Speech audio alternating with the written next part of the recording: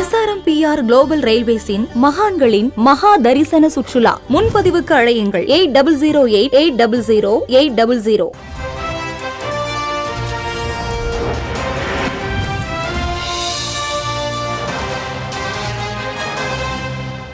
Hello and welcome to the weekend edition of News Showcase. I am Priya, Tamil Nadu's first artificial intelligence news presenter. As the drinking water scarcity in Delhi gets worse, Minister Atishi Singh has appealed to the state of Haryana to share water on humanitarian grounds. This week, another neighbour, Himachal Pradesh, also said it cannot supply water to Delhi just days after agreeing to help. The dispute is before the Supreme Court, which urged both the states to share surplus water. The densely populated city, with a large migrant community, received a double blow this summer, with heat waves bringing temperatures of 50 degrees and a crippling water crisis. The local government deployed water tankers across the city and ordered a fine for wasting drinking water to tackle the shortage, but the measures seem to have done little to improve the situation. Supporters of the Congress party staged protests with mud pots in Delhi to highlight the water scarcity. Wearing shawls in party colors with logos, the protesters came with earthen pots and crashed them on the roads as they raised slogans. The protest was held in Krishna Nagar as many parts of Delhi faced a severe water shortage, which forced residents to step out of their homes with containers in search of water. Angry protesters blamed the government of Chief Minister Arvind Kejriwal and said politicians are not doing their part honestly. It was not just the poor or the middle class. Even some of Delhi's upmarket neighborhoods were affected by the water crisis.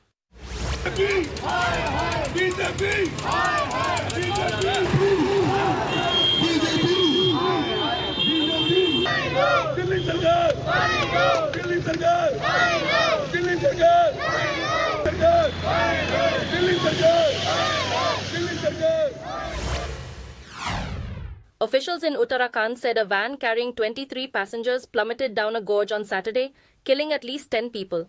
The incident happened in the Rudraprayag area, close to Raitoli, on the Rishikesh-Badrinath highway. Teams from the State Disaster Response Force and the police are working on rescue in Alaknanda River, where the van crashed. Pushkar Singh Dhami, the Chief Minister of Uttarakhand, announced that the district magistrate has been directed to look into the incident. According to reports, several people who were standing by the side of the road were hurt in the accident. The tourist state of Uttarakhand is a hilly terrain with winding roads, which are prone to accidents. The state is also home to temples and several sacred Hindu sites. India's main opposition Congress party predicts that the government of Prime Minister Narendra Modi could fall any time. The president of the party, Mallikarjun Kharge, said the government was formed by mistake, it does not have the mandate, and that it is a minority government. Reacting to the comment, the governing coalition said the Congress party also ran a minority government in 1991.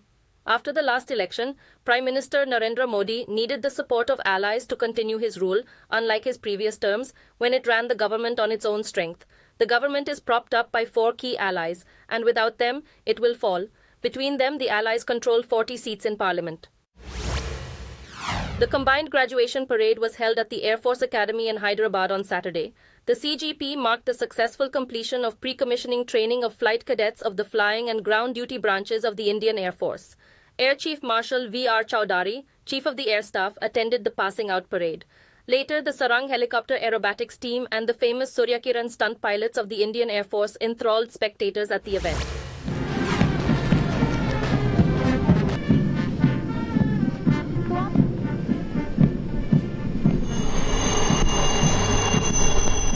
Leader के आदेश पर break, go. And you just witnessed, led by Group Captain G.S. Dhillon.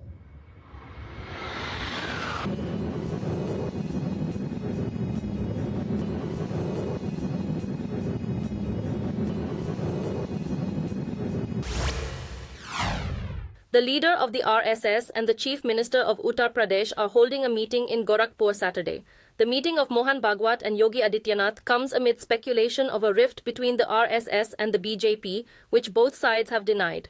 The RSS sets the agenda and the ideology of the BJP, which runs India's government.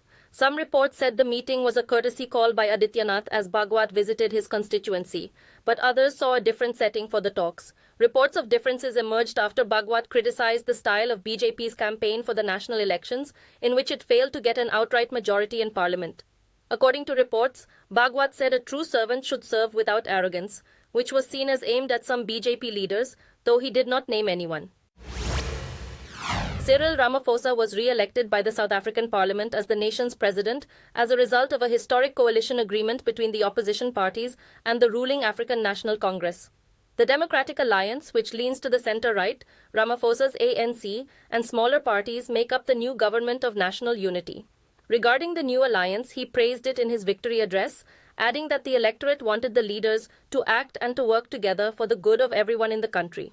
The deal was worked out on a day of intense political drama, during which the National Assembly voted late into the night to determine the members of the new government. A deal was reached earlier after weeks of speculation over the ANC's potential partner. Thousands of police and troops, along with dozens of international dignitaries, are descending on Bergenstock, a remote Swiss resort situated above Lake Lucerne.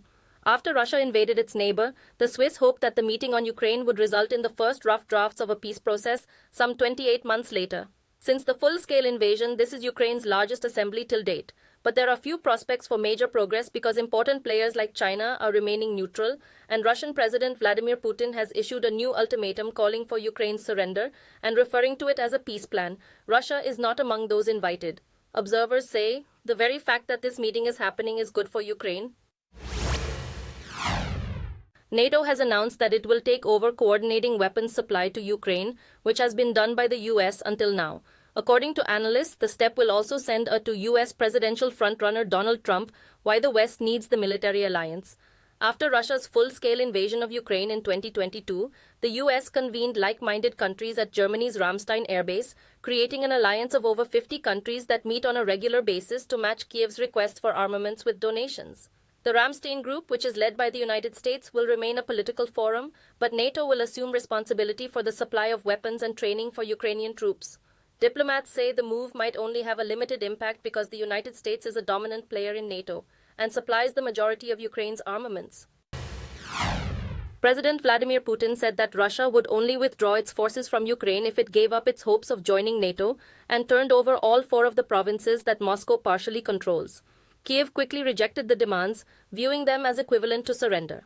Putin outlined maximalist requirements that are at variance with the demands made by Ukraine on the eve of a conference to which Russia has not been invited. This appears to be a reflection of Moscow's growing confidence that its forces are winning the battle.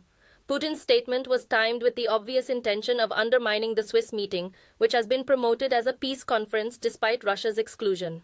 In the 3rd year of the conflict, approximately a fifth of Ukrainian land is under Russian control. Following the Russian warships that arrived in Cuba earlier this week, a Canadian Navy patrol ship entered Havana early on Friday. As the U.S. revealed, a fast attack submarine had docked at its Guantanamo naval facility in Cuba. The gathering of Russian, Canadian, and American ships in Cuba, an island nation ruled by communists located 145 kilometers south of Florida, brought back memories of the Cold War and the tense relations between Russia and the West over the conflict in Ukraine. The U.S. has said the Russian vessels are not a threat to the area, and Russia has described the entry of its warships into Cuba as nothing unusual. The Cuban Foreign Ministry said it was informed about the U.S. submarine arrival, and it said it was not happy about it. Israel's military said, following the launch of many missiles towards northern Israel, its artillery and jets struck targets in southern Lebanon, marking the 3rd day of increasing cross-border assaults. Around 35 missiles were fired from southern Lebanon toward the vicinity of the border town of Kiryat Shmona in the late morning, causing warning sirens to sound in border towns in northern Israel. Television images showed automobiles and buildings that had been destroyed, as well as bushfires that had started in numerous places due to strikes or falling debris during the heat wave. On both sides of the border, tens of thousands of people had to leave their homes, which has increased pressure to end the standoff diplomatically, but so far it hasn't worked.